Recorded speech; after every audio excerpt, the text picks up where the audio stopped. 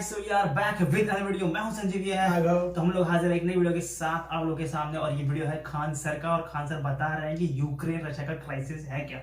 जब ये युद्ध शुरू हुआ था तो ये वीडियो तब की है और रिकमेंडेड वीडियो है। किसी ने बोलता है कि सर की वीडियो पर रिएक्ट करें। तो टॉपिक है ना Ukraine Russia crisis, Ukraine war update, what is NATO. ठीक है, तो ये वीडियो पूरी है खान सर के ऊपर। मुझे लगता है कि सर ने इस वीडियो में जो बताया है कि इस मतलब इसके पीछे रीजन क्या है, शायद ये भी हो सकता है। स्टार्ट कैसे हुआ है, क्यों हुआ है, रीजंस क्या है, यूएसएसआर के बारे में, क्योंकि मैप जो दिख रहा है मेरे थंबनेल में। और ये वीडियो थोड़ा बड़ा है तो आप लोग इसे अंत तक देखें, और देखने के बाद ही आप लोगों को पता लगेगा सर कहना क्या चाह रहे हैं। मिलेंगे रिएक्शन में लास्ट में अपनी वीडियो पे। इस वीडियो को शुरू करने से पहले इस वीडियो को करें लाइक, शेयर और चैनल को सब्सक्राइब करना बिल्कुल ना भूलें। और हम अवेलेबल हैं सोशल मीडिया पर भी, आप हमसे जुड़ सकते हैं इंस्टाग्राम और फेसबुक पर। लिंक मिलेगा दोनों का डिस्क्रिप्शन में, जाएं और हमें वहां पे फॉलो करें। आइए वीडियो चेक करते हैं, फिर आगे बात करेंगे। जय हिंद। देखिए, यूएसएसआर जो टूट कर अब रसिया बना है और यूक्रेन के बीच में क्या विवाद है इसको समझते हैं, और आखिर यूएसएसआर पूरी दुनिया का इतना बड़ा देश कैसे बन गया। यूएसएसआर का फुल फॉर्म होता है union of Soviet socialist Republican. USSR, इसी को शॉर्टकट में हम लोग पहले सोवियत संघ कहते थे। इसकी शुरुआत होती है 1917 में रूस की क्रांति में। रूस के राजा, जार कहा जाता था रूस के राजा को। उस समय 1917 में जो जार थे यानी राजा थे, उनका नाम था निकोलस द्वितीय। इनके समय भयानक क्रांति हो गई रूस की, जिसे हम वाल्सेविक क्रांति भी कहते थे। और इस क्रांति का जो नायक था वो लेनिन था। लेनिन जर्मनी में एग्जाइल पे था, वापस वो आ गया यहाँ पर, इस क्रांति को बहुत आगे बढ़ावा ले गया। और इस क्रांति के फलस्वरूप रूस जो था एक संगठन बनाया जिसका नाम रखा गया सोवियत संघ। और सोवियत संघ की स्थापना यानी यूएसएसआर की स्थापना 1922 में हो गई थी। और यह सबसे बड़ा देश बना, और इसमें 15 छोटे छोटे देश मिलकर एक विशाल खंड का निर्माण करते थे, जिसमें यूक्रेन भी 1922 में यूएसएसआर में शामिल हुआ था, जो अलग हुआ 1991 में अलग हुआ था। तो अब हम समझते हैं यूएसएसआर इतना बड़ा था, ये अभी इसमें ये सारे देशों को अगर हम शामिल कर लेते थे तो ये एक्स्ट्रा इतनी जमीन जो थी वो यूएसएसआर के पास थी। टूटने के बाद, ये 15 देश टूटने के बाद भी 70% एरिया बच गया रूस के पास। यूएसएसआर ज्यादा समय तक नहीं चल पाया था और रूस 15 देशों में टूट गया। Kazakhstan, Kyrgyzstan, Tajikistan, Turkmenistan, Uzbekistan, Georgia, Armenia, Azerbaijan, Estonia, Latvia, Lithuania, Ukraine, Moldova, Belarus और रूस। 15 देश टूट गया, 15 हो गया, आप गिनते रहिएगा। यहीं से टूटा यूक्रेन। 15 देशों में एक यूक्रेन भी था जो इसमें से अलग हो गया था। 1991 से 2014 तक यूक्रेन में सब कुछ ठीक चल रहा था। जब 1991 में यूक्रेन अलग हुआ था और वहां से लेके 2014 तक में सब ठीक ठाक चल रहा था। 14 में क्या हुआ, यहाँ के एक जो राष्ट्रपति थे उनका नाम था पेट्रो यानुकोविच। ये जो थे ये रूस के समर्थक थे। रूस कह रहा था कि तुम यूक्रेन को यूरोपीय यूनियन में शामिल मत करो, क्योंकि अमेरिका की एक चाल है, इन यूरोपीय यूनियन में शामिल करता है, उसके बाद उनको नाटो का सदस्य बना लेता है। नाटो के जितने देश हैं वो किसी भी देश को मिलकर मारते हैं। अब उसमें सारे खतरनाक खतरनाक देश है, जैसे उसमें इंडिया, चाइना, जापान, पाकिस्तान इस साइड वाले नहीं है, ज्यादातर यूरोप और अमेरिका वाले। उसमें फ्रांस भी आ जाता है, ब्रिटेन भी आ जाता है, अमेरिका, इटली, ये सब आ जाते हैं। तो यूरोपीय यूनियन में रूस ने मना किया यूक्रेन को जाने के लिए। हालांकि पेट्रो जो थे रूस के समर्थक थे, लेकिन जनता चाहती थी वो यूरोपीय यूनियन में जाए। ये लास्ट मोमेंट पर पेट्रो ने अपना डिसीजन बदला, जिस वजह से यूरोपीय यूनियन में शामिल कराने वाली जनता जो थी वो यूक्रेन के राष्ट्रपति का विरोध कर दी, जिस वजह से ये 2014 में भाग के यूक्रेन में चले गए, रूस में चले गए। और यहाँ एक सरकार आई जो इसे यूरोपीय यूनियन में शामिल कराने के लिए हामी भर दी, जिससे रूस नाराज होकर यूक्रेन का निचला भाग क्रीमिया अपने हमला करके ले लिया। इससे फायदा क्या हुआ रूस को कि ये एजोव सागर पर कंप्लीट कब्जा हो गया रूस का, अपनी नौसेना से कब्जा कर लिया क्रीमिया का। क्रीमिया पर कब्जा जब हुआ 2014 में तो पूरी दुनिया देखते रह गई, किसी ने कुछ भी नहीं किया रूस के खिलाफ, और इस क्रीमिया द्वीप पर कब्जा हो गया। और नीचे जो काला सागर है, क्रीमिया के नीचे जो सागर है काला सागर, यहाँ पर इजिली रूस का वर्चस्व स्थापित हो गया। उस समय भी पश्चिमी देश रूस पर प्रतिबंध लगा रहे थे, और दुनिया के जो 8 शक्तिशाली अर्थव्यवस्था वाले देश हैं जिन्हें G8 कहा जाता है, नक्शा से देखेंगे तो आराम से याद हो जाएगा। बीच में 4 देश याद रखिएगा, ब्रिटेन, फ्रांस, जर्मनी, इटली, ये याद रहेंगे। Britain, France, Germany, Italy. Europe में यही 4 फेमस देश है, ब्रिटेन, फ्रांस, जर्मनी, इटली। 2 ऐसे हो, 4 ऐसे हो गया, 2 इधर से रूस, जापान, और 2 इधर से कनाडा और अमेरिका। कनाडा, अमेरिका, रूस, जापान, और बीच में जर्मनी, यहाँ पे इटली, ब्रिटेन, फ्रांस, ये 8 देश थे G8। इसमें से 2014 में रूस को बाहर निकाल दिया सब, तो G8 जो था वो बच गया G7। तो G8 अब नहीं रहा, क्रीमिया की वजह से ही, यूक्रेन की वजह से ही ये मामला अभी आपको समझ में आ रहा होगा कि ऐसा विवाद हो रहा है। ये चलते आ रहा है 2014 से ही चलते आ रहा है। तो वो हो गया G7 हो गया, जिसमें से रूस को बाहर निकाल दिया। उसके बाद 2015 में मिन्स्क एग्रीमेंट साइन किया गया। इस एग्रीमेंट में यूक्रेन ने कहा कि भैया हम लोग अब लड़ाई झगड़ा नहीं करेंगे, यूक्रेन भी ध्यान रखेगा कि यूरोप तथा अमेरिका का प्रभाव यूरोप में बढ़ने न दे।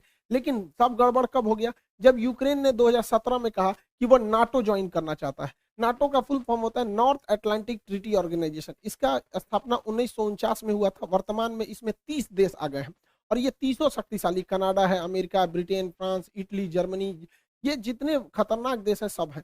और ये मेनली रूस को काउंटर करने के लिए। और इस नाटो का आर्टिकल संख्या 5 कहता है कि नाटो के 30 देश किसी को मारे कोई दिक्कत नहीं है, लेकिन इन 30 में से किसी एक को अगर कोई दूसरा देश मारेगा तो 30 मिल के मारेंगे। अब बताइए, यूक्रेन अगर नाटो का सदस्य बन जाएगा तो नाटो के नियम के अनुसार जो भी नाटो का सदस्य है वहां किसी भी देश की सेना आपस में वहां जा सकती है। तो यूक्रेन जिस दिन नाटो का सदस्य बनेगा, अमेरिका की सेना यूक्रेन में भी आ सकती है। अब बताइए, कोई देश कैसे बर्दाश्त कर सकता है कि उसका पड़ोसी देश जो उसी से टूटा हुआ है और उसके सीधाने ले आके दुश्मन को बैठाए, और एक दूगो नहीं पूरा ग्रुप के दुश्मनों को बैठाए। अब अमेरिका यहाँ आएगा, अमेरिका एक को गोली चलाया और रूस भी चलाएगा तो हो गया नाटो के आर्टिकल 5 का उल्लंघन। अब पूरे 30 मिलकर मारेंगे तो अमेरिका यहाँ आके बैठ जाएगा और कमजोर स्थिति का जब फायदा उठा के उस पर हमला कर देगा और पूरा सेना का जमावड़ा लगा देगा। यही है मेन विवाद का जड़। इसमें यूक्रेन कुछ भी नहीं है, सारा विवाद फैलाया है अमेरिका और नाटो ने। बेचारा भुगत रहा है यूक्रेन। यूक्रेन को भी समझना चाहिए कि आप तब तक ही पैर फैलाइए जब तक दूसरे को तकलीफ नहीं हो। कोई भी देश अपनी राष्ट्रीय सुरक्षा को ध्यान में रखता है, ये जरूरी है। अब देखिए, नाटो में इतने देश हैं, ये जितने रेड कलर के हैं सब नाटो के देश। अब आप ही बताइए, यहाँ पर रूस है, रूस के सिधाने इतने दुश्मन देश है। रूस अगर इनमें से किसी एक को मारेगा ना तो ये सब मिलके मारेंगे। तो रूस को तो पूरी तरह से बर्बाद करने का प्लान है नाटो वालों का। यूक्रेन को सबक सिखाने के लिए रूस ने क्या किया, एक तो 2014 में क्रीमिया को हड़प लिया। क्रीमिया पे हड़पने के कारण ये एजोव सागर पूरी तरह से रूस के कब्जा में आ गया। इसके बाद यहाँ डोनस तथा लुहांस, ये दो शहरों को, दो जगहों को विद्रोहियों को खड़ा किया और अपने सैनिकों को यहाँ भेज दिया। और वो सैनिक जो थे वो सादी वर्दी में थे और विद्रोह कर दिए और कहें, और रूस ने इसको मान्यता दे दिया कि ये अलग देश है और इन अलग देश है, और यहाँ अपनी पूरी तरह सेना उतार दिया। इसमें पूरी तरह रूस की सेना आ गई। यहाँ रूस की सेना पहले से थी। रूस बहुत ही सावधानी से चल रहा था। ये ऊपर का देश है बेलारूस, यहाँ रूस अपनी पूरी सेना भरे हुए हैं ताकि इधर से हमला करना होगा तो कर ही देगा। ये रूस है, इधर से हमला आराम से कर देगा। और यहाँ से तो रूस घुस ही चुका है, क्रीमिया में पहले से कब्जा किया था। ये नौसेना लगा के यहाँ से चल जाएगा, चौतरफा हमला कर देगा यूक्रेन के ऊपर रूस। यूक्रेन को ये समझना चाहिए, आने वाले खतरों को भापना चाहिए। दूसरे के दम पर आप किसी ऐसे आदमी से आप खतरा नहीं मोल सकते हैं। अब ये लोग क्या कर सकते हैं, तो ये अमेरिका कह रहा है कि प्रतिबंध लगाएंगे, नाटो का धमकी दे रहा है इसको। भैया नाटो का अगर सदस्य बन जाएगा यूक्रेन तब तो बवाल हो जाएगा वहां पर। यहाँ दो एरिया जो है उस पर रूस ने स्वतंत्र देश घोषित कर दिया, लुहांस और डोनेट्स्क। इसे डोनबास रीजन भी कहा जाता है। अब इस पे इजिली रूस क्या करेगा, यहाँ से हमला कर देगा। अब आप कहेंगे यूएनओ ने क्यों कुछ नहीं किया, तो यूएनओ को अमेरिका ने खुद एक ऐसा कठपुतली बनाया है कि अमेरिका यूएनओ का यूज करके किसी भी देश पर हमला कर सकता है। आज उसी का फायदा रूस उठा लिया। कैसे उठाया समझिए ध्यान से। यूएनओ का एक नियम है आर्टिकल नंबर 7। आर्टिकल 7 कहता है कि कोई देश किसी दूसरे देश पर हमला नहीं कर सकता है, लेकिन अगर कोई देश से कोई छोटा सा राज्य टूटकर अलग होना चाहता है तो उसे स्वतंत्रता है, और अगर वह देश उस पर अत्याचार कर रहा है तो पड़ोसी उस पर मदद के लिए जा सकता है। नहीं समझे, अब समझिए कैसे होता है। ये रूस ने इन दो देशों को मान्यता दे दिया कि ये अलग देश है, अलग देश है। और आर्टिकल 7 यूएनओ का कहता है कि किसी भी देश की मदद के लिए दूसरा देश आ सकता है। तो यहाँ पर स्वतंत्र देश की मान्यता दे दिया, यहाँ किसी को प्रधानमंत्री राष्ट्रपति बैठा दिया और उसने लेटर लिख दिया किसको, रूस के राष्ट्रपति को, कि हमें सैन्य मदद दीजिए। और इसके सैन्य मदद के आधार पर इस पर हमला कर दिया यहाँ पर, और कह रहा है ये स्पेशल मिलिट्री ऑपरेशन है। युद्ध है नहीं, ये स्पेशल मिलिट्री ऑपरेशन है। यही तो किए थे अमेरिका ने अफगानिस्तान में, यही तो अमेरिका ने किया था इराक में, यही तो अमेरिका ने माली में किया, यही अमेरिका ने सीरिया में किया, यही अमेरिका ने लीबिया में किया, यही अमेरिका मिस्र में किया था, यही अमेरिका वियतनाम में किया था, यही अमेरिका कोरिया में किया था। तो जब अमेरिका करेगा तो गलत नहीं है, रूस कर दिया तो गलत है। यहाँ पर आर्टिकल 17 यूएनओ में कोई भी चीज बर्बाद, यूएनओ क्या कर पाएगा। एंटोनियो गुटेरेस फिलिस्तीन पिटाता है, क्या कर लेते हैं, कुछ नहीं। कश्मीर का मुद्दा आज तक अटका हुआ है, क्या कर लिया इन लोगों ने। तालिबानी जब अफगानिस्तान में आतंक मचा रहे थे, क्या कर लिया इन लोगों ने। ये कुछ भी नहीं है, यूएनओ मतलब कुछ नहीं, तमाशा है। अमेरिकी खुफिया एजेंसी सीआईए कह रही थी कि 16 फरवरी को सुबह 5 बजे रूस यूक्रेन पर हमला कर देगा। अरे बैल है ये रूस, जब तो बता के हमला करेगा। उस दिन हमला करना भी रहता तो नहीं करता, पहले से पता। तो रूस ने क्या किया, उस दिन पीछे हट गया। पीछे भाई, समुद्र की लहरें अगर पीछे हटती हैं तो सुनामी की पहचान होती है। गधों को लगता है कि पीछे जा रहा है वहां पे। देखिए इसमें क्या था कि चीन का रूस से काफी अच्छा संबंध है। रूस चीन के बुलावे पे गया था वहां ओलंपिक के उद्घाटन पे, और जाते ही ये कह दिया कि ताइवान चीन का भाग है। तो सोच सकते हैं रूस और चाइना में कितना अच्छा संबंध है। रूस से चाइना ने कहा था कि ओलंपिक हो जाने दो, विंटर ओलंपिक। तो बीजिंग विंटर ओलंपिक 20 फरवरी को खत्म हो गया, इस दिन लास्ट हो गया। और 21 फरवरी को व्लादिमीर पुतिन ने यूक्रेन में 2 स्वतंत्र देशों की घोषणा कर दी। अब समझिए ये स्वतंत्र देश की घोषणा क्यों की गई है, ताकि यूएनओ का आर्टिकल 7 का प्रयोग किया जा सके।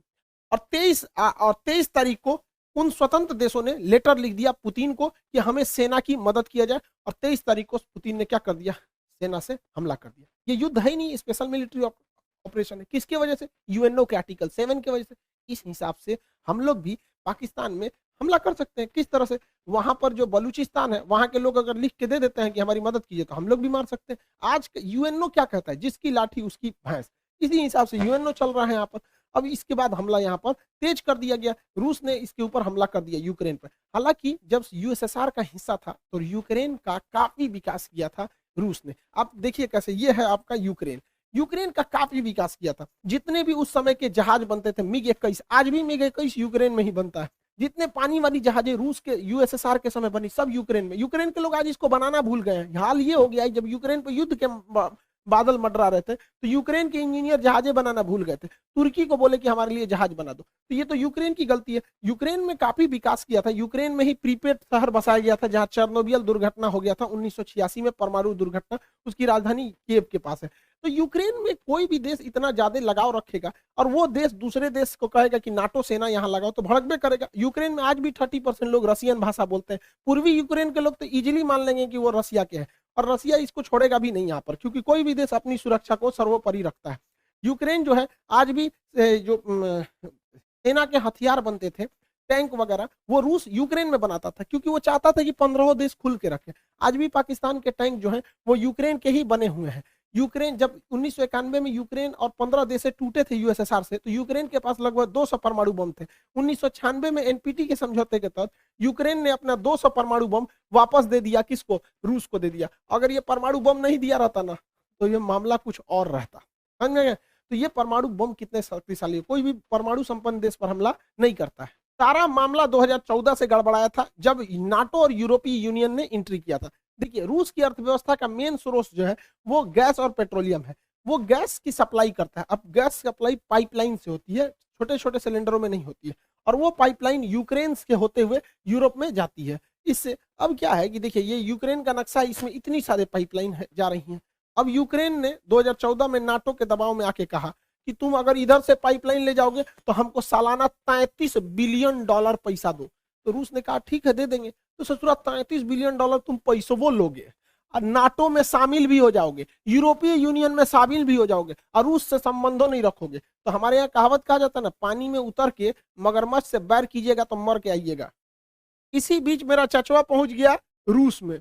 अब बताइए बेशर्मी की हद होती है कि रूस युद्ध के मुहाने पे खड़ा है और ये जाके 10,000 करोड़ रुपया कर्जा मांग रहा था कि हमारे यहाँ पाइपलाइन बिछाना है, बिछा दीजिए। रूस भगा दिया इसको। जैसे ये कहा कि हमको 10,000 करोड़ रुपया मदद चाहिए, उसी समय रूस ने यूक्रेन पे हमला कर दिया। अब बताइए कोई गधा भी मतलब इतना बड़ा ये प्रधानमंत्री होके गलती किया जितना हमारा कोई विद्यार्थी गलती नहीं करेगा। रूस देखिए इसका सबसे ज्यादा जो व्यापार होता है पाकिस्तान का, वो यूरोपीय यूनियन से होता है या अमेरिका से होता है, इन देशों से होता है। इसे आर्थिक मदद में IMF देती है, वर्ल्ड बैंक देती है, जापान देता है, जो सब अमेरिका के फेवर में है। फिर भी ये अमेरिका के खिलाफ केवल जा रहा है मीटिंग करने के लिए। किस लिए? क्योंकि जो बाइडेन ने जब से शपथ लिया इसको फोन नहीं किया है, तो उनको जलाने के लिए गया था। अरे गधा कहीं का, ये सास बहू का झगड़ा हो रहा है क्या कि तुम जलाने के लिए गए थे? 10,000 करोड़ गए थे मांगने, अमेरिका ने इनके ऊपर पेनाल्टी ठोक दिया, $4 अरब का पेनाल्टी ठोक दिया इनके ऊपर। बहुत अच्छा हुआ, एक वो हाथ मिलाने गए थे, हो गया यहाँ पर कांड हो गया। और दूसरा FATF में अब ये ग्रे लिस्ट से चल जाएंगे ब्लैक लिस्ट में। जिस दिन ब्लैक लिस्ट में चल जाएंगे ना, बर्बाद हो जाएंगे, यहाँ पर पूरी तरह से चौपट हो जाएंगे वहां पे। आज भी पाकिस्तान में 12,000 रुपये का गैस सिलेंडर पड़ रहा है। अब 12,000 रुपए में गैस सिलेंडर पड़ रहा है। जिस दिन ये FATF के ब्लैक लिस्ट में जाएंगे ना, उस दिन ये 20,000 चल जाएगा। IMF पर अमेरिका का दबाव है, वर्ल्ड बैंक पे अमेरिका का दबाव है। अमेरिका घुसिया गया है ये मीटिंग देखकर कि चोट्टा तुमको इसी बीच में जाना था। यहाँ पर कौन गधा है रे तुम्हारे यहाँ सुरक्षा सलाहकार? ओकरा कोनो बुद्धि नहीं है क्या? इतना बेवकूफी तो कोई नहीं करेगा। इसने क्या किया है? सांड को लाल कपड़ा दिखाया है। मिला क्या है इसको कि रूस ने, राष्ट्रपति ने कहा था कि जो हमारे पास आएंगे उनको कोरोना का RT-PCR टेस्ट कराना पड़ेगा। दुनिया का सबसे महंगा टेस्ट इन्हीं का हुआ है। गए हैं, RT-PCR टेस्ट कराए हैं, हाथ मिलाए हैं, मिला कुछ नहीं है, उल्टे 4 अरब रुपया का इनके ऊपर पेनाल्टी ठोक दिया। यानी RT-PCR का रेट इनका 4 अरब डॉलर बन गया। अरे यार, तुम्हारे देश की जनता सुन रही, तुम्हारे यहाँ कोई बढ़िया बताने वाला नहीं है क्या? टीचर उचर नहीं है तुम्हारे यहाँ? तो इसको 2-4 हाथ देने लायक है। तो बिगड़ गया है मेरा। अमेरिका ने भारत पर दबाव बनाया कि यूएनओ में आप हमारा सपोर्ट कीजिए, क्योंकि भारत 2 साल के लिए यूएनओ के अस्थायी सदस्य है यहाँ पर। अब इसमें भारत ने वोट ही नहीं दिया, कहा कि ना हम रूस की ओर से ना यूक्रेन की ओर से। तो रूस ने कहा थैंक यू भैया, तुमने नहीं दिया, बहुत अच्छा हुआ। चाइना ने भी कहा हम भी वोट नहीं देंगे। यूएई ने कहा हम भी नहीं देंगे। अमेरिका कह रहा है ये तुम काहे लिए ऐसा बोल रहा है? अब यूएई, ऐसे अरब देश ज्यादातर अमेरिका के फेवर में होते हैं, फिर भी यूएनओ में अरब देश ने इनका साथ नहीं दिया। तो ये सोचने वाली बात है कि आखिर ऐसा क्यों हुआ। तो समझिए इसके पीछे का मेन रीजन क्या है। देखिए, सऊदी अरब, यूएई जो है यहाँ पर स्थित है। यूएई के नीचे यमन है। यमन में हैती विद्रोही हैं सब, और इन विद्रोहियों को ईरान का साथ प्राप्त है। अगर यूएई रूस के खिलाफ जाएगा तो रूस की दोस्ती है ईरान से, वो ईरान को फोन करेगा, ईरान हैती विद्रोहियों को फोन करेगा, हैती विद्रोही यूएई को बजा देगा सब पकड़ के। तो एक रीजन ये है। दूसरा रीजन ये है कि ईरान के पास भी पेट्रोलियम है, रूस के पास भी पेट्रोलियम है, और यूएई के पास भी पेट्रोलियम है। तो इन्हें दोस्तों को साथ में रख के पेट्रोलियम के लेवल को, मतलब प्राइस को कंट्रोल करने में भी मदद मिलेगी। अमेरिका इजराइल पर भी दबाव बना रहा है कि इजराइल यहाँ पर सीरिया में बम्बार्डमेंट कर दे ताकि रूस का ध्यान भटक जाए, लेकिन इजराइल ऐसा करने से मना कर दिया। क्यों? क्योंकि सीरिया में S-400 मिसाइल सिस्टम तैनात है, और यहां से अगर इजराइल को आगे बढ़ना होता है तो रूस से परमिशन लेना होता है। और अगर रूस से दुश्मनी लेगा इजराइल अमेरिका के चक्कर में आके, तो रूस इनका भी उपाय कर देगा। सीरिया के बगल में है लेबनान में हिजबुल्ला नामक आतंकवादी संगठन है। अब इजराइल की दुश्मनी है ईरान से। रूस कहेगा ईरान को कि तुम अपना सारा आतंकवादियों का हथियार सीरिया में भेजो। अब सीरिया से वो जाएगा लेबनान में, और लेबनान में उस हथियार को लेगा हिजबुल्ला, और वो मारेगा इजराइल को। तो इजराइल ने कहा कि देख भैया, रूस जो है ना सबका उपाय रखा है।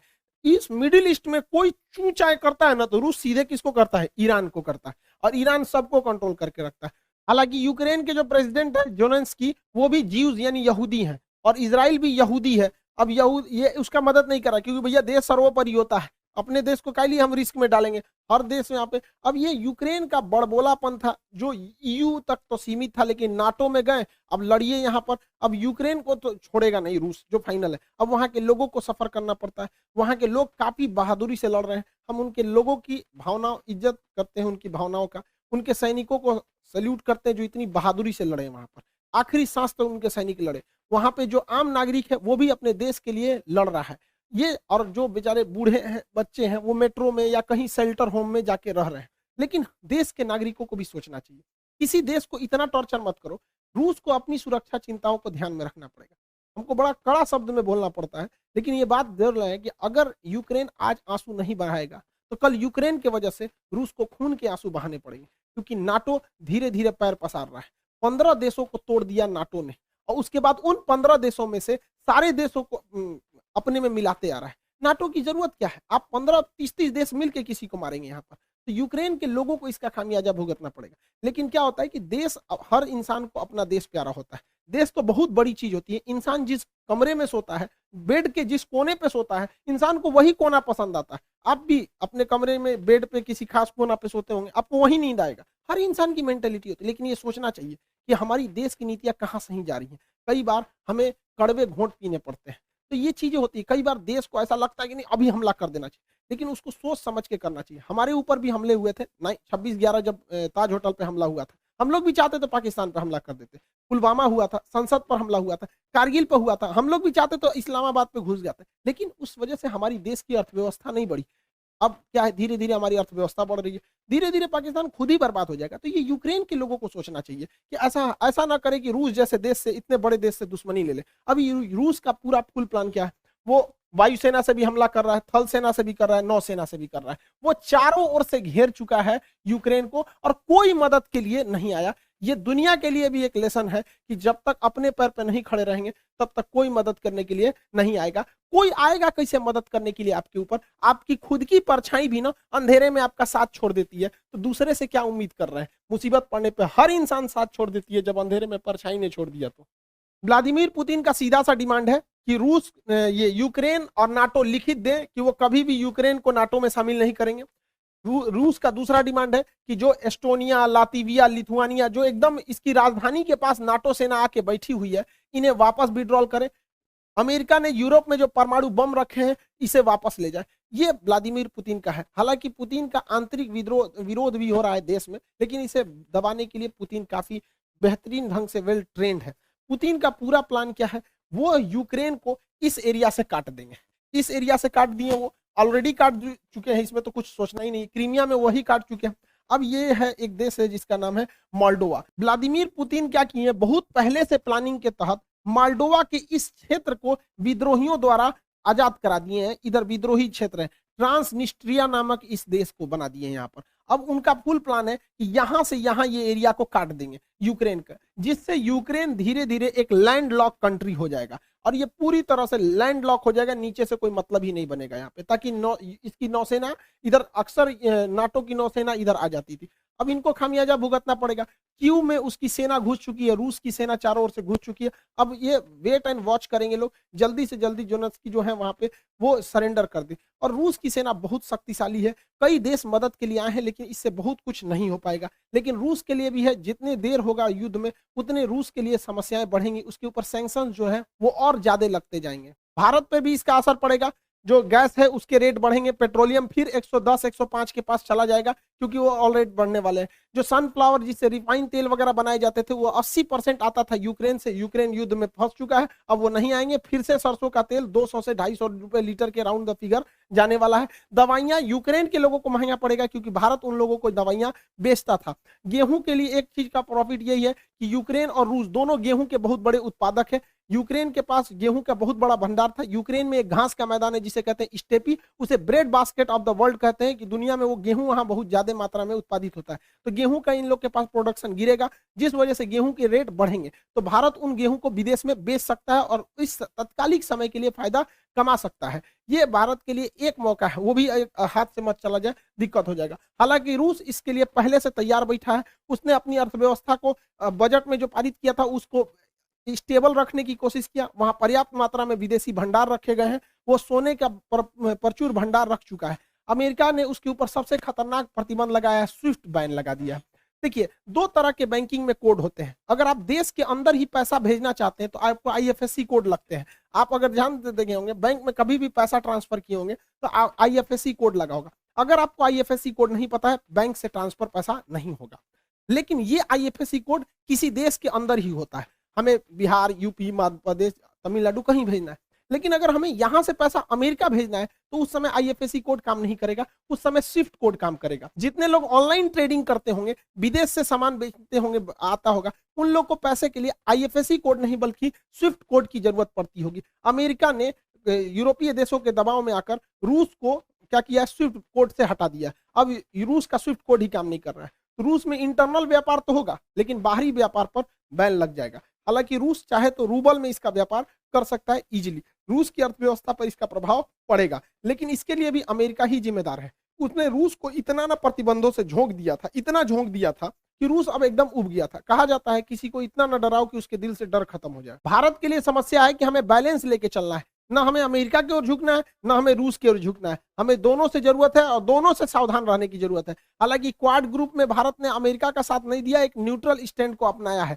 यूएनओ में भी भारत ने एब्सटेन करके, मत ना डाल के, वो भी एक तरह के न्यूट्रल स्टैंड को अपनाया है। G20 में भी भारत बहुत कुछ नहीं कहने वाला है रूस के खिलाफ। हमें बैलेंस लेके चलना है, अमेरिका के कहने पे हम लोग को नहीं आना है, क्योंकि अगर हम अमेरिका के कहने पे चले आएंगे तो रूस चाइना के फेवर में चला जाएगा, क्योंकि वो भी देखेगा कि भैया आप अमेरिका के गुण गा रहे हो तो वो किसके पे गुण गाने लगेगा, चाइना का। और ये चाइना यही चाह ही रहा है क्योंकि उधर यूक्रेन को कब्जा कर लेगा, यूक्रेन ले गया रूस, अब ताइवान लेके चला जाएगा चाइना, इसके बाद स्प्रेटले द्वीप लेगा, इसके बाद पैरासेल आइलैंड लेगा, ये चाइना के लिए प्लस पॉइंट होगा। अतः चाइना को रोकने के लिए हमें रूस के साथ रखना जरूरी है, साथ साथ अमेरिका का भी साथ देके चलना जरूरी है। तो हमें काफी मतलब बीच बचाव लेकर चलना चाहिए। सबका कारण है नाटो। नाटो और अमेरिका के चक्कर में पूरी दुनिया आज सफर कर रही है। हमारे देश का सेंसेक्स नीचे गिर गया, 10 लाख करोड़ रुपए जो हमारे सेंसेक्स है, 5% सेंसेक्स नीचे चला गया हमारा शेयर मार्केट, यानी लगभग 2000 अंकों की गिरावट देखी गई है,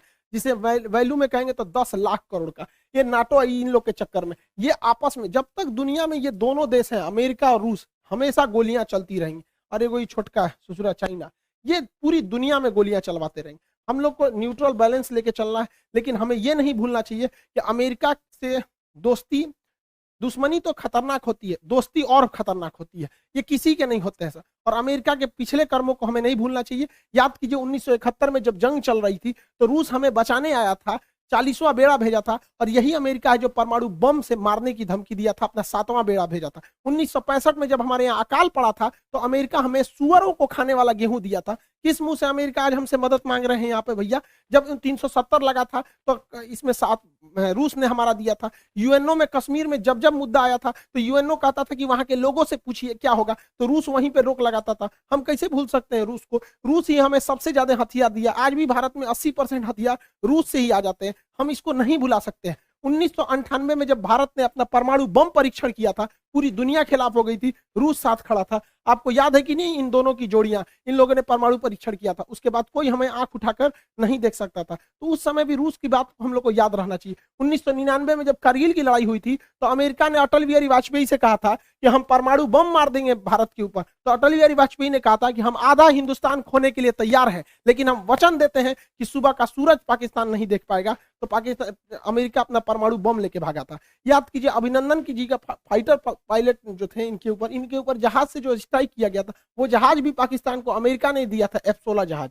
आज भी हमारी जरूरत रूस ही पूरा करता है। S-400 के दम पर हम चाइना को चैलेंज करते हैं, किसने दिया? रूस ने दिया। विक्रमादित्य किसने दिया? रूस ने दिया। 1991 में हम लोग जब अंतरिक्ष में क्रायोनिक इंजन की जरूरत थी, रूस अपने 8 क्रायोनिक इंजन दे रहा था, अमेरिका ने उस पर प्रतिबंध लगा दिया, जिस वजह से हमारा परमाणु अंतरिक्ष कार्यक्रम लगभग 20 साल पीछे चला गया। यहाँ पर आज भी चंद्रयान में अमेरिका के जगह पे रूस हमारी मदद कर रहा है। तो रूस हमेशा से हम लोग के साथ रहा है। आज देखिए परमाणु पनडुब्बी, चाहे चक्र हो, नेपरा हो, अरिहंत हो, इसमें रूस हमारी मदद कर रहा है। AK-203 राइफल की फैक्ट्री हो, रूस मदद कर रहा है। चाहे सुखोई जहाज जो हमारी वायुसेना का रीढ़ है, रूस ने हमें दिया है। ब्रह्मोस जहाज दुनिया का सबसे खतरनाक सुपरसोनिक क्रूज जहाज मिसाइल है, जिससे चाइना डरता है, किसने दिया है? रूस ने दिया है। तो हमें बैलेंस लेके चलना है। कहीं ना कहीं सेना में रूस मदद करेगा, लेकिन अमेरिका से हम लोग को भी संबंध बना के रखना है। चाइना को जब कंट्रोल करने की बारी आएगी तो रूस नहीं सुनेगा, तब हमें अमेरिका को लाना पड़ेगा। इस दुविधा में हम लोग हैं कि अमेरिका का साथ दें कि रूस का साथ दें। इसके लिए सबसे अच्छा रास्ता क्या होता है समझिए।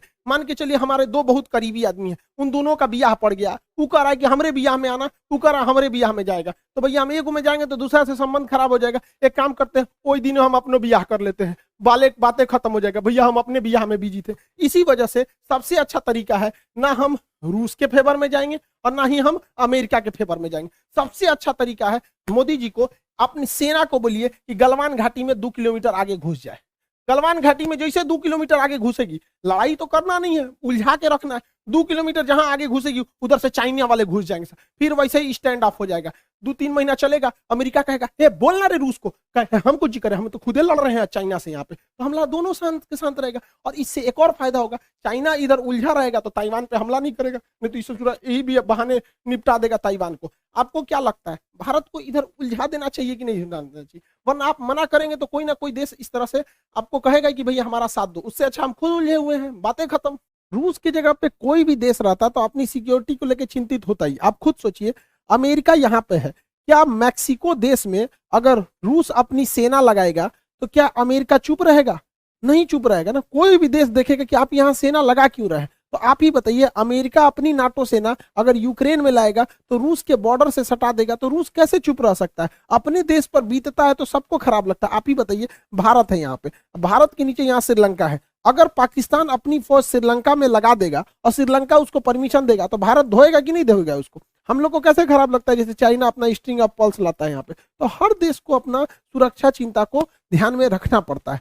और इसमें सिंपल सा बात है, यूक्रेन को कोई उससे उसका देश नहीं मांग रहा है।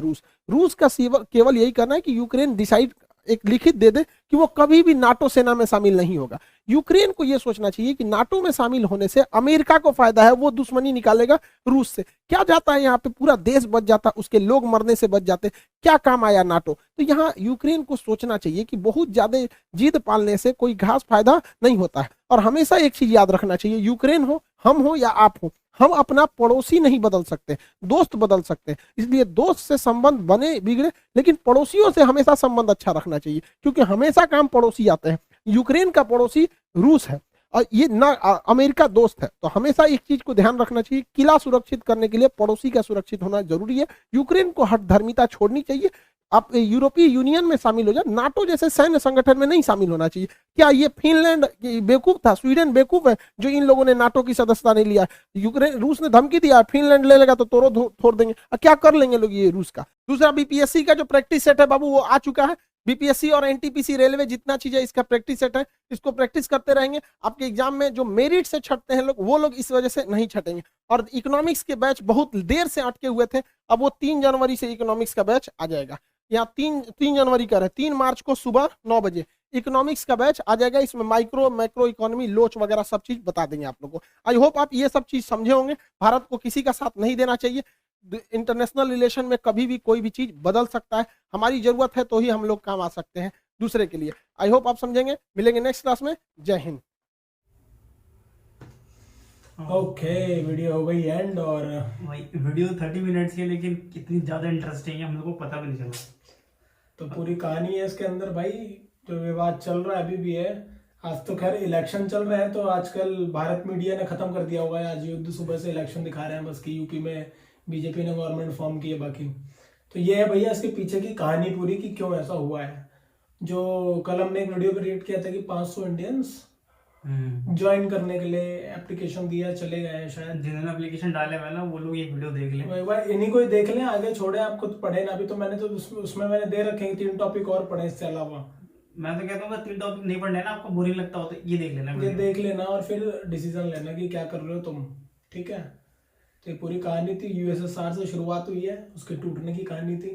उसके बाद नाटो जो संगठन है, North Atlantic Treaty Organization, America, इसमें एक्चुअली में अमेरिका ही है मेन है, क्योंकि सबसे बड़ा वही है। उसके बाद ब्रिटेन और फ्रांस और जर्मनी है मेन, और बाकी कोई है नहीं इसके अंदर खास। ठीक है। तो ये देश है। और फिर यूक्रेन का एक ब्रेड बास्केट कहलाता है। सर ने वर्ल्ड बोला, मेरे ख्याल से यूरोप होता है। ब्रेड बास्केट ऑफ यूरोप कहलाता है, वर्ल्ड का नहीं है। मे बी मैं गलत हूँ, लेकिन मैंने यही सुना है कि ब्रेड बास्केट ऑफ यूरोप, यानी कि यूरोप को जितना ब्रेड जाता है वो ज्यादा यूक्रेन से जाता है। तो भाई कितनी दिक्कत होगी आप सोचो। एनर्जी सबसे ज्यादा रूस देता है, उन्हें एनर्जी की नीड पूरी करता है। और यूक्रेन के जो पावर प्लांट्स हैं न्यूक्लियर, वहां से बिजली सप्लाई होती है, वो भी आधे यूरोप को लगभग बिजली देता है यूक्रेन। और यूक्रेन में 30% रशियंस हैं। हाँ, ये पूरा ये इनका जो पूरा ईस्ट है, ईस्टर्न पार्ट है पूरा, जहाँ पे जो ये बताते हैं डॉनबास का इलाका है, जिससे 2 निकाले इन्होंने, इनके 2 शहर आजाद बोल दिया कि भैया देश है 2।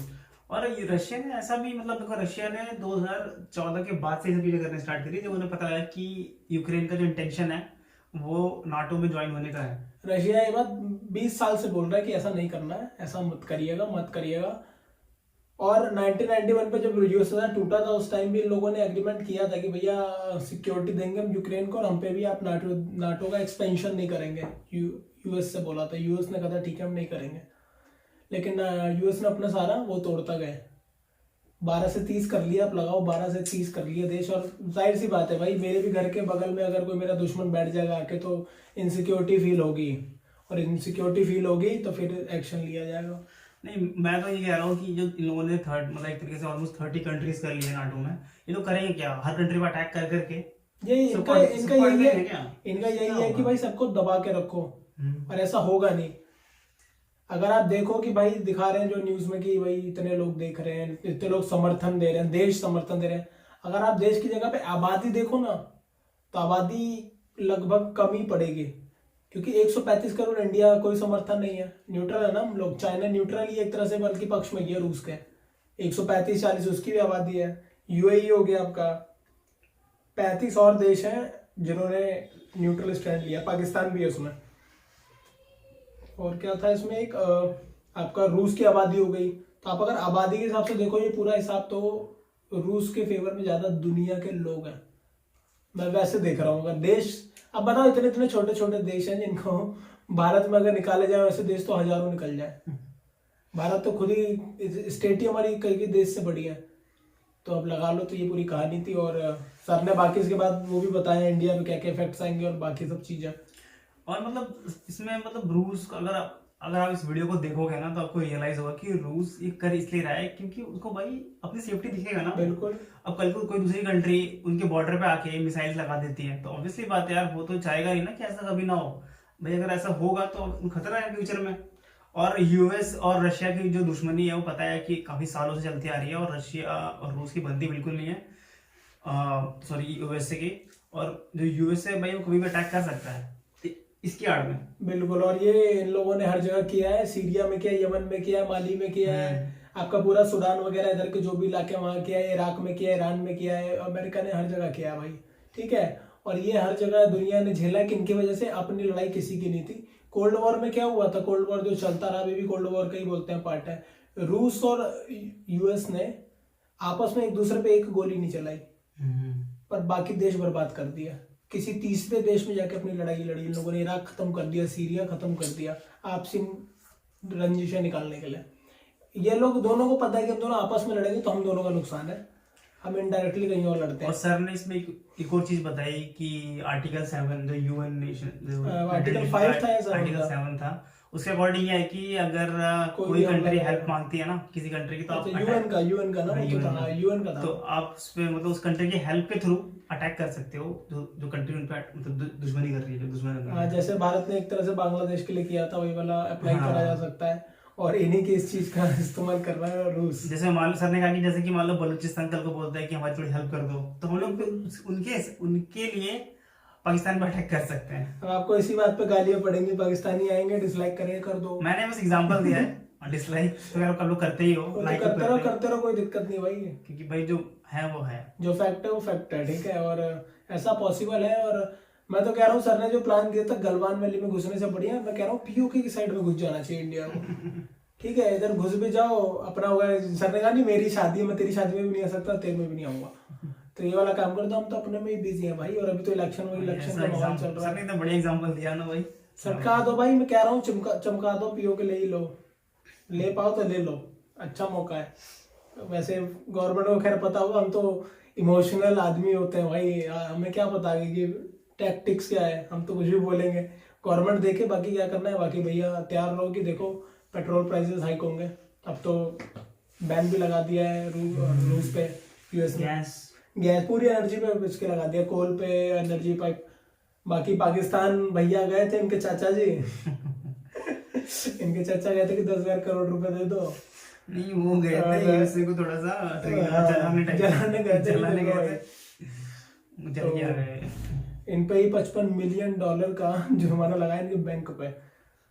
शायद क्या बैंक का नाम बोल रहा हूँ मैं, इनका स्टेट बैंक का ही है, इनका भी वो बैंक उनका है नहीं, वो आईएमएफ के। हाँ वो तुम्हारा है नहीं, अब कहने के लिए तुम्हारा आईएमएफ कर रहा है, सब कुछ गिरवी है ना आप लोगों का, तो आप लोग कुछ है नहीं, इज्जत भी गिरवी। अभी कल या परसों में न्यूज देख रहा था, कल ही देख रहा था कि पाकिस्तान ने भाई चाइना को बोला है कि हम उनके जो 6-7 साल पुराने लोन थे चाइना के, अब इनको देने का टाइम आ गया है।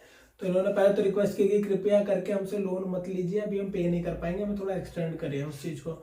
दूसरे इन्होंने कहा है कि हमें पता नहीं 10,000 करोड़ की कितने का और लोन चाहिए, तो पहले पुराने लोन भर नहीं रहे, नया लोन और चाहिए। लगभग $27 मिलियन कितने का बता रहे थे, मेरे को ध्यान नहीं है, कि इन्होंने डिमांड की है चाइना से।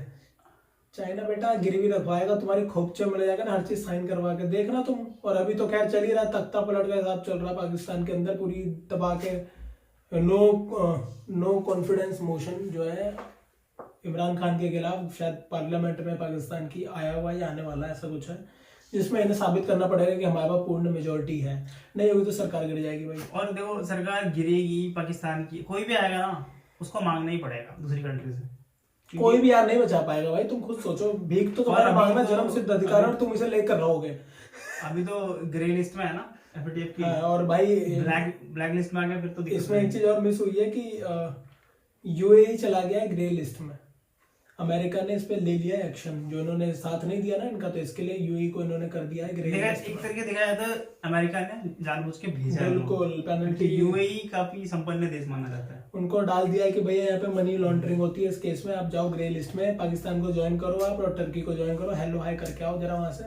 बाकी इनका है जो पाकिस्तान के, भैया बहुत ही बुरे दिन चल रहे हैं, मैं क्या ही बताऊं कि क्या चल रहा है। अभी बेचारों ने अफगानिस्तान को वीट दिया था और भारत ने भी वीट दिया था, तो उन्होंने कहा कि भारत का वीट एकदम बहुत अच्छा है और पाकिस्तान का एकदम गोबर है।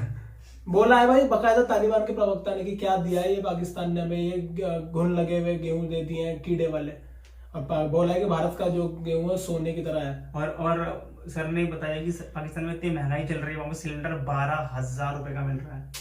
गैस लकड़ी काटो, चूल्हा लगाओ, मैं बता रहा हूँ, और गैस रहने दो। तो मतलब पाकिस्तान के जो लोग हैं वो काफी वो करते हैं ना कि हमारी कंट्री है वो है। अगर वो अपनी कंट्री के बारे में पढ़ लें एक बार और जान ले कि वो आपकी कंट्री कहाँ पे है इस टाइम, वर्ल्ड के जो सिनेरियो है कहाँ पे स्टैंड कर दिए, कहीं नहीं करते, तो रियलाइज होगा कि आप लोग कहीं नहीं करते। सही बात है। तुम्हारे बच्चे जो है हमारा झंडा लेके निकल रहे हैं यूक्रेन से, पूरी दुनिया जानती है, तुम्हारी खुद की मीडिया कवर कर रही है चीज। मैंने पता एक न्यूज पढ़ी थी, तुम्हारे पासपोर्ट से ज्यादा कीमत हमारे फ्लैग की है आज के डेट में।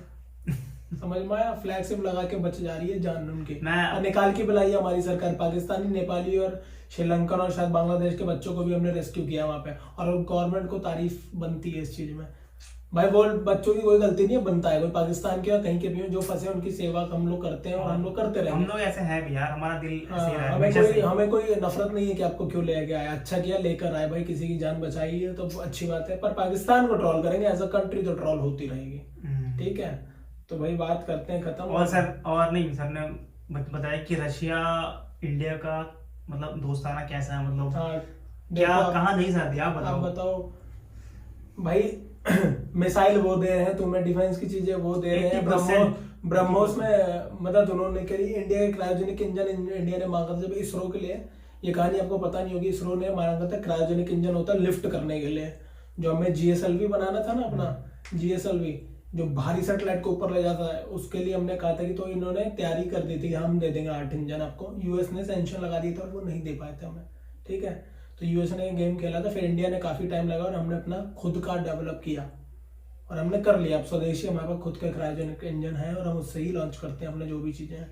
और इसमें एक चीज और मिस है, इंडिया एक बार सुपर कंप्यूटर के लिए भी गया था कि सुपर कंप्यूटर चाहिए हमें, मना कर दिया था अमेरिका ने, हम नहीं देंगे या फिर हम नहीं लेने देंगे। इंडिया ने खुद डेवलप किया अपना फिर से। और जब इंडिया ने न्यूक्लियर टेस्ट किया था तो सारे यूएसए के साथ साथ बहुत सारी कंट्रीज ने एक तरीके से इंडिया के खिलाफ एक्शन लिया था। बिल्कुल, तो उस टाइम रशिया था और उसने वीटो मारा। रशिया ने वीटो मारा है हमारे खिलाफ, 5 बार यूज किया मेरे ख्याल से, जहां तक मुझे याद है 5 से 6 बार उसने हमारे लिए वीटो किया। रशिया अकेले पूरी दुनिया में रशिया मुझे लगता है इंडिया पे ना आंख बंद करके भरोसा करता है। बिल्कुल, इंडिया भी करता है, इंडिया भी करता है, इंडिया भी रिवर्ट करता है। रशिया ने करा है यार, बहुत करा है।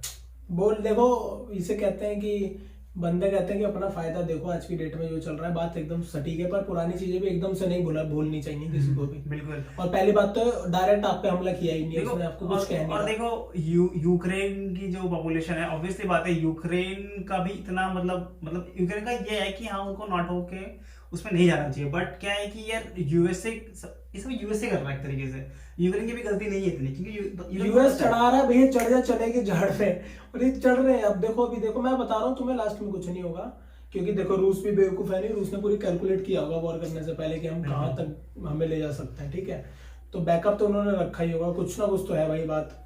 और एनर्जी का इतना बड़ा रिसोर्स है भाई, उसको इग्नोर करके ही नहीं रह सकते भाई।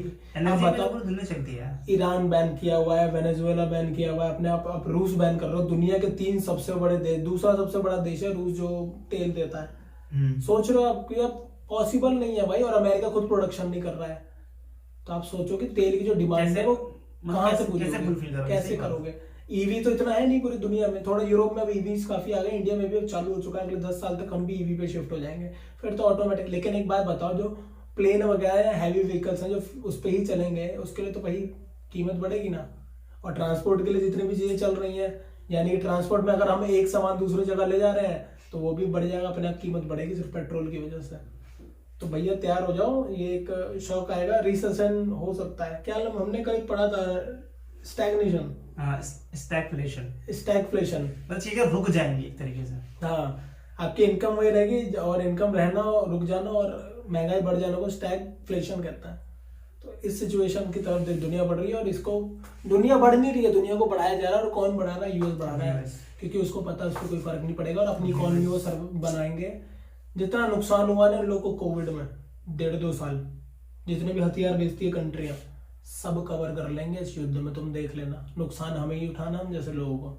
ठीक है, बाकी तो देखो भाई गवर्नमेंट कैसे प्लान्स बनाती है। बाकी तो वीडियो में इतना कुछ था, और ये वीडियो मेरे को लगता है हर इंडियंस को देखनी चाहिए, हर इंडियन को, क्योंकि ये वीडियो देखने के बाद उनके काफी सारे डाउट्स क्लियर होंगे, उनका नजरिया चेंज हो जाएगा पूरा का पूरा। जानना नहीं चाहिए पता भाई, जानो। वार्सो पैक्ट भी पढ़ लेना, मिन्स्क एग्रीमेंट भी पढ़ लेना, ठीक है।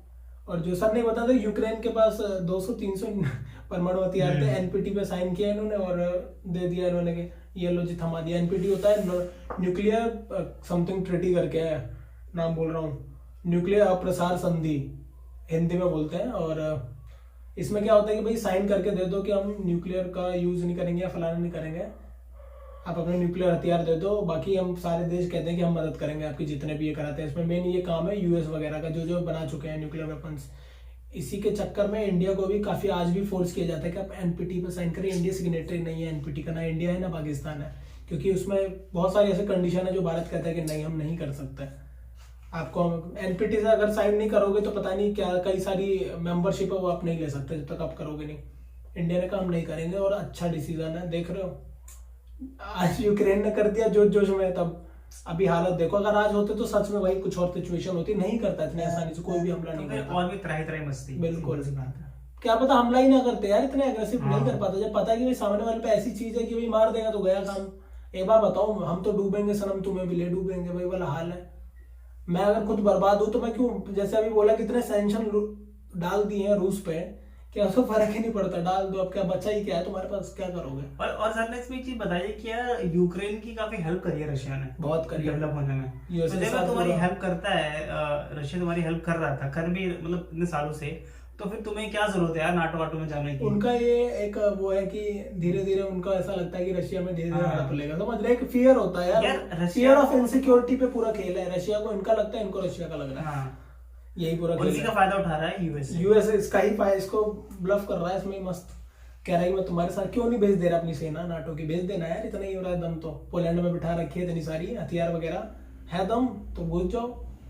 पहली बात तो भैया युद्ध करना ही नहीं चाहिए, मानवता के खिलाफ है, किसी को भी मारना या पीटना। प्यार से देखो, लास्ट में कितने भी हथियार चला लो, बैठना लास्ट में टेबल पे ही है। तो अभी क्यों नहीं बैठ जाओ, अभी बैठ ये रूल है भाई हर युद्ध का। बस युद्ध इसलिए होता है कि हम ज्यादा बार्गेनिंग पावर किसकी ज्यादा हो जाएगी उस टाइम, बस युद्ध का यही मतलब है कि हाँ मैं ज्यादा पावरफुल हूँ, जब टेबल की मेज पे मैं बैठूंगा तो मैं अपनी शर्तों से काम कराऊंगा, बस इसलिए युद्ध होते हैं। इसमें कितने लोग मर जाते हैं इसी सिर्फ जिद की वजह से।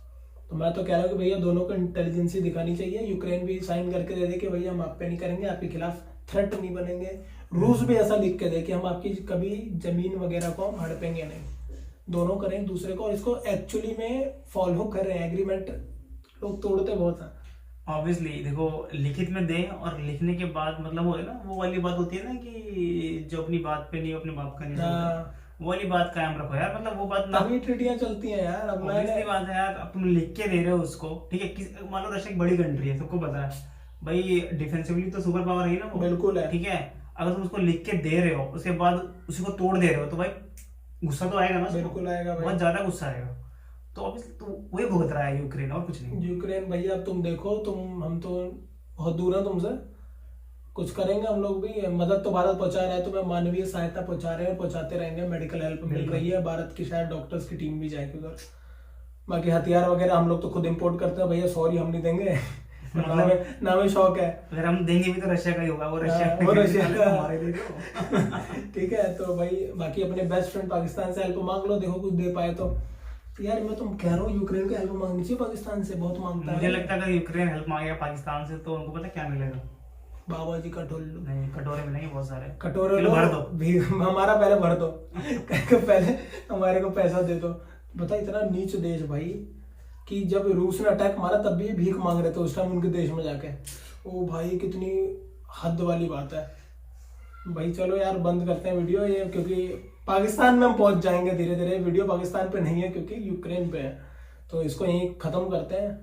और और वीडियो में फिर से कहूंगा कि ये वीडियो सब देखो, बिल्कुल देखो और बाकी लोगों को भी पहुंचाओ जिनको ज्ञान नहीं है या फिर जो बंदों पे टाइम नहीं है समझने का। न्यूज चैनल मत देखो, ऐसी वीडियोस देखो। वेस्टर्न वर्ल्ड ऐसी ये वीडियोस ही फैक्ट पे बातें करती हैं, इन वीडियो में ही रीजंस होते हैं बस। आप अगर न्यूज देखोगे तो वहाँ पे एजेंडा चलाया जाता है, सीधी बिल्कुल। बात है, न्यूज नहीं मिलेगी आपको। तो ये पूरी कहानी है। News channels are highly paid. बिल्कुल, वो एक नरेशन सेट करते हैं। आपको नहीं पता कि उस न्यूज चैनल के पास कहाँ से पैसा आ रहा है, हो सकता है narrative अमेरिका से ही आ रहा हो। बिल्कुल आ रहा होगा। वेस्टर्न वर्ल्ड इस वक्त क्यों रूसी मीडिया काट रखा है, वेस्टर्न वर्ल्ड का उनको पूरा बहुत कब्जा पैसा है, उनको बहुत पैसा और है। इंडियन चैनल पे जितनी चीजें और न्यूज आ रही है वो सारी कहाँ से उठ के आ रही है, वो सारी वेस्टर्न वर्ल्ड से आ रही है। वेस्टर्न वर्ल्ड चला रहा है एजेंडा सिर्फ रूस के खिलाफ। अगेंस्ट, हाँ। तो आप समझोगे आपको गलत ही देखने, कुछ अच्छा नहीं देखने को मिलेगा। आपको ये नहीं दिखाएंगे कि रूस चाहता है, इतना पावरफुल है कि 4 दिन में हड़प सकता है, नहीं दिखाएगा। आप सोचो यूक्रेन की सेना इतनी बलवान है, कह रहे हैं कि हमने फलाना मार दिए, इतने बंदे मार दिए, रूस के इतना मार दिया। ये तो दिखा रहा है वेस्टर्न मीडिया भी कि भैया हम साथ देंगे। तो भाई तुम भीख क्यों मांग रहे हो फिर कि शांति करवा दो कभी भारत में आके? तुम जीत रहे हो तो भाई जो जीतता हो भीख नहीं मांगता है, वो कहता है हाँ देख लेंगे, ठीक है।